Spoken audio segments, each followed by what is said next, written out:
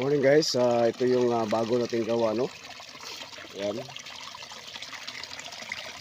Kaya pa rin dati guys, yung mga ginawa kong stairs is yung mga bricks, no? Pinakat natin ng peraso, yung mga sizes na gusto natin. At saka yung mga hagdanan guys, na may mga hawakan is made of corals. Kapal ito pa.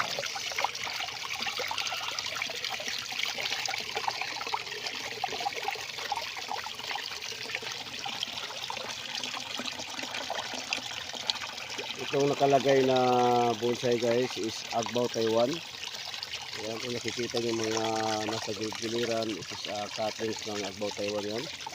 So, bali future guys, bubuuhin natin yan. Ayan. So, dito sa likuran guys, dito yung nagkukontrol ng tubig. Ito yung kating aerator. Ayan.